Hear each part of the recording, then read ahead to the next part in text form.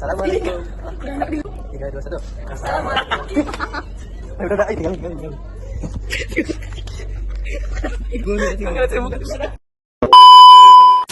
Assalamualaikum warahmatullahi wabarakatuh.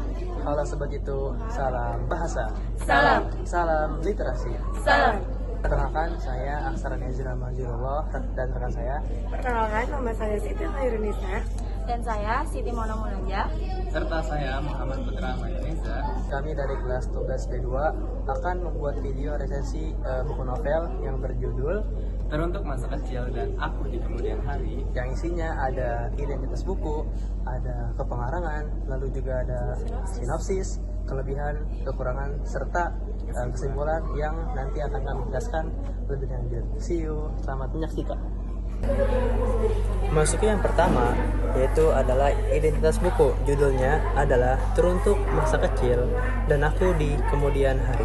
Penulisnya adalah Rofi Fauzi, penerbit Gagas Media, tahun terbit 2024, ISBN 978 strip 623 strip 493 strip 26 strip 9. Jumlah halaman sebanyak 140 halaman dan bahasanya adalah bahasa Indonesia.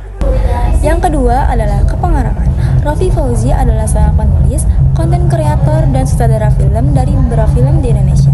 Ia dikenal lewat konten-kontennya di sosial media yang sering bertema kenangan masa kecil, kehidupan keluarga, serta perasaan rindu kepada orang tua, khususnya kepada ibu, yang kemudian disukai banyak orang karena merasa sangat menyentuh dan relatable.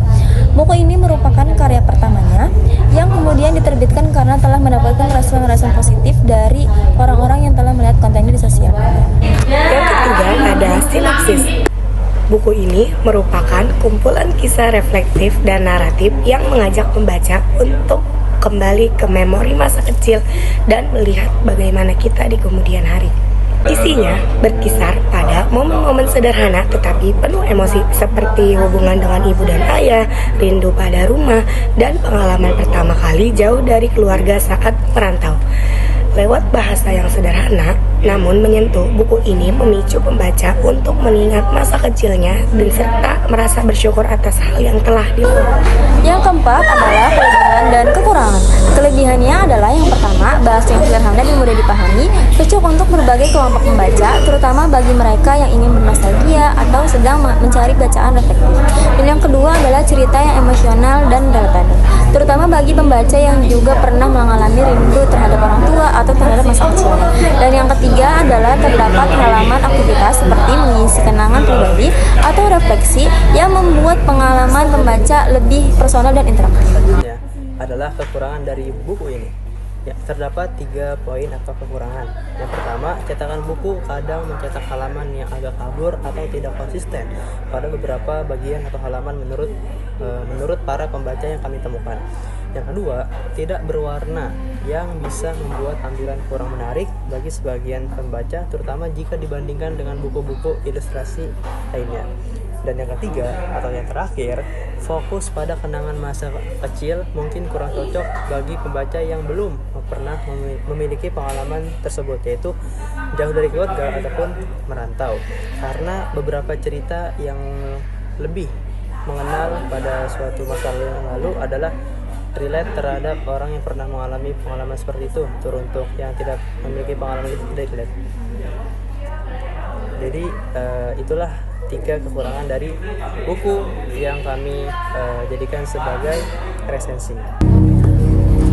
Teruntuk Masa Kecil dan Aku di Kemudian Hari adalah buku reflektif yang cocok dibaca ketika kamu ingin merenungkan pengalaman hidup, terutama kenangan bersama orang tua dan masa kecil.